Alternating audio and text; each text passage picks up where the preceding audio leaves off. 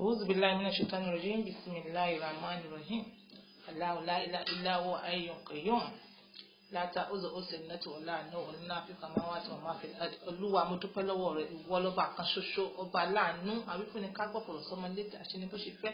Mo dúpẹ́ lọ́wọ́ ẹ̀ fún wákàtí. Tọ́pìkì ti tèmi ni pé bandits yìí, ibi tí bandits yẹn ti wá, àwọn government àtàwọn parents ló fà á.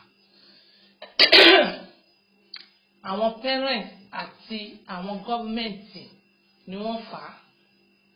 Láti kékeré àwọn ọmọ yìí wọ́n wà 9 years old, wọ́n gbá bọ́lé wọn lọ́wọ́, wọ́n ní kọ́ lọ́mọ kọ́kẹ́, right? Adúpẹ́ lọ́wọ́ àdínì Muslim chief. Àdínì Muslim chief bí wọ́n ṣe ń ṣe Nàìjíríà kan wọ́n ṣe ń ṣe ní Saudi. Ó gbá bọ́lé wọn lọ́wọ́ ọmọ kékeré, ò fún ní school, ò fún ní iṣẹ́, oníkó lọ tẹ̀lé málà tó jẹ́ pé málà yẹn náà máa lò fún àlùmọ́njùrí. Àwọn ọmọ yẹn ló máa wọ oúnjẹ sí málà àti ìyàwó málà àtàwọn ọmọ málà, àwọn yẹn ló máa wọ oúnjẹ yẹn wá. Àwọn ọmọ yẹn wá kọ́kẹ́, wọ́n yanjú, wọ́n dẹni obìnrin. Wọ́n sọ pé àwọn ò níyàwó lóòótọ́, ẹ wà ní kọ́ mọ́ bọ́yàwó yẹn pẹ̀lú kí wọ́n fi bọ́yàwó yẹn. Tẹ́ bá kó 100 boys kalẹ̀ lẹ̀ tó kọ́ṣẹ́ kéwú, dẹ̀kẹ́rì lẹ máa fi rí 5 tó máa di málà nínú ẹ̀. Àwọn ìyókù iṣẹ́ ò lè fẹ́ kí wọ́n ṣe. Rán wọn lọ sí school dípò tẹ́ sọ pé bí àwọn ò ní white collar job, dẹ̀ fún wọn níṣẹ́ tá máa fi sọ wípé wọ́n á di mechanic àbí wọ́n á di electrician, fún wọn níṣẹ́. Ìgbà tó bá yá ẹnìkan wá bọ́yàwó, ẹnìkan wá bọ́ ọmọ, ẹnìkan wá bọ́ yín pẹ̀lú iṣẹ́ wo. Ìdí tó fà á táwọn míì fi ń run into crimes nìyẹn. Ìjọba náà kò ṣiṣẹ́ kan lọ títí, kò síṣẹ́ kankan nílẹ̀ ilẹ̀ pé tó iṣẹ́ yìí ẹ̀yẹn tẹ̀sí ẹ̀ lọ sí school, ẹ wá mọ̀ ṣiṣẹ́ yìí ká mọ̀ sanwó díẹ̀díẹ̀ fún yín kẹ́ mọ́ bá lọ into crime. Kí ló fà á tí àwọn Boko Haram fi ní upper hand? Wọ́n employ wọn ṣiṣẹ́, wọ́n dẹ̀ ń jẹun ọ̀fẹ́ ní abẹ́ àwọn Boko Haram. Ìgbà tẹ́ mọ̀ pé àwọn ọmọ yìí wọ́n lọ lé ké wọn ò kọ́ṣẹ́, ó yẹ kí gọ́ọ̀mẹ̀ntì lè dá irúṣẹ́ wọn kalẹ̀ lẹ̀ pé tó ẹ̀yin ọmọ tẹ́ bá parí kéwò tẹ́ lè di málà, ẹ wá mọ̀ ṣiṣẹ́ irúṣẹ́ yìí, ẹ máa gba sálárì. Káti ẹni kan mọ́ ṣiṣẹ́ kankan kan sì mọ̀ fún wọn lówó, ara ẹni ó máa reduce gbogbo bandit yìí. Ìjọba kan gbìyànjú, ó dìde, ó ní àwọn ọmọ àlùmọ́jìrì ti tó, ó kọ́ school, ó ní kí wọ́n máa lọ school, pé wọ́n máa fún wọn lóúnjẹ, wọ́n máa fún wọn lóúnjẹ àárọ̀, wọ́n máa fún wọn lóúnjẹ ọ̀sán, even wọ́n máa fún wọn ní pocket money. Ṣé ẹ jẹ́ kó ṣiṣẹ́ ìjọba? Ṣé ìjọba north ó jẹ́ kí irú school wọ̀nyẹn ṣiṣẹ́? Wọn ò ṣiṣẹ́. Àwọn ẹran nísìn àwọn ni wọ́n school níbẹ̀, àwọn mẹ́ẹ̀ àwọn ni wọ́n school nínú school yẹn, àwọn ọmọ yẹn ò jẹ́ kí wọ́n lọ sí school yẹn.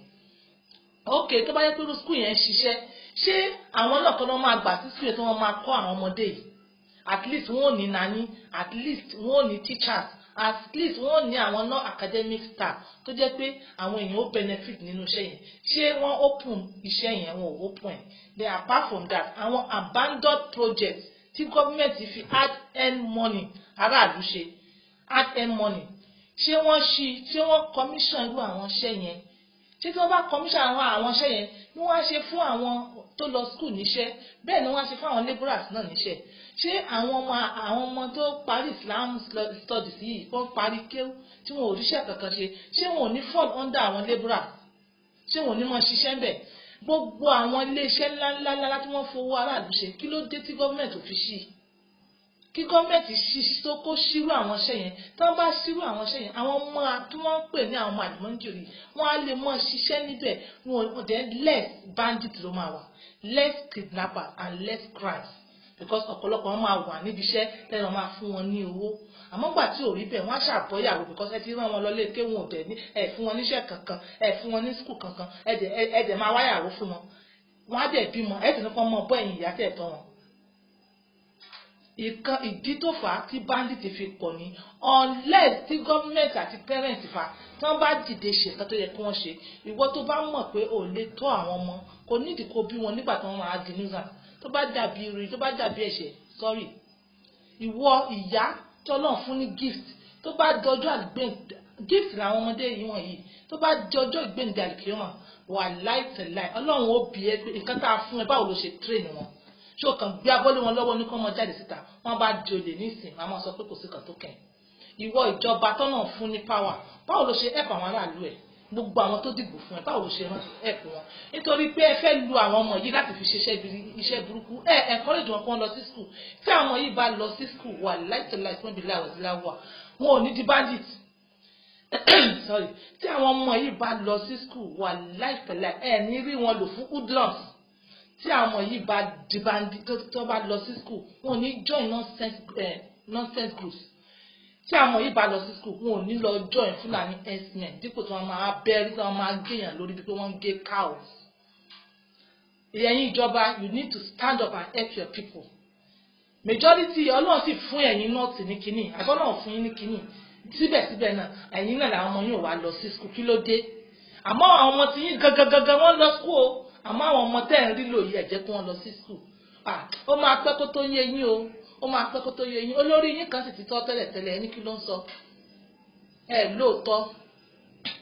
lóòótọ́ ẹ sì ń kírun èèyàn tó lóòótọ́ tó ń kírun iná ló wọ̀ ó tọ̀rọ̀ ni èèyàn tó lóòótọ́ tó ń kírun ó lóòótọ́ àmọ́ ó lè kírun orí nǹkan ọmọ ẹgbẹ́ rẹ orí tiẹ̀ tó fẹ́ bàjẹ́ àmọ́ ò lè sọ sí i pẹ̀lú ọ̀gọ́n lẹ́lẹ́ máa wọ̀ tí Amẹ́ríkà bá dàbí Nàìjíríà ni ṣé wọ́n rojú tó ọ̀rọ̀ ìdìbò tí wọ́n ṣe yìí wọn ò ní rojú tẹ ẹ jẹ́ ká mẹ́nu lọ síbẹ̀ yẹn ó ti jíjọ́ mi it's even annoying me it's annoying me mo ní ọmọ kan lọ́dọ̀ tẹ́lẹ̀tẹ́lẹ̀ ọmọ kan tí bá rántọ̀ ọ̀rọ̀ rẹ̀ máa ń dùn àwọn òbí ẹ̀ ti síta ó kọ́ kéwú tán kò rí ibi tó máa lọ ó ní mo gbà ṣiṣẹ́ ìgbà tó yá tí gbogbo ẹ̀ tí ó rí òun náà ọ̀lẹ́ ó ti fọ̀lẹ́ bọ̀ because wọn ò ní agbára mọ́ ìgbà tó yá ó kúrò kí ló lọ́jọ́ àwọn bandit wọn yẹn ni wọ́n ti pa nísìn wọ́n ti pa ọmọ yẹn ikú lè rẹ̀ ẹ̀ṣẹ̀ tẹ́lẹ̀tẹ́lẹ̀ wọ́n á pa náà ni tá a bá béèrè ta ló fà àwọn òbí wọn náà ló fà àwọn òbí ló fà ẹ̀yin òbí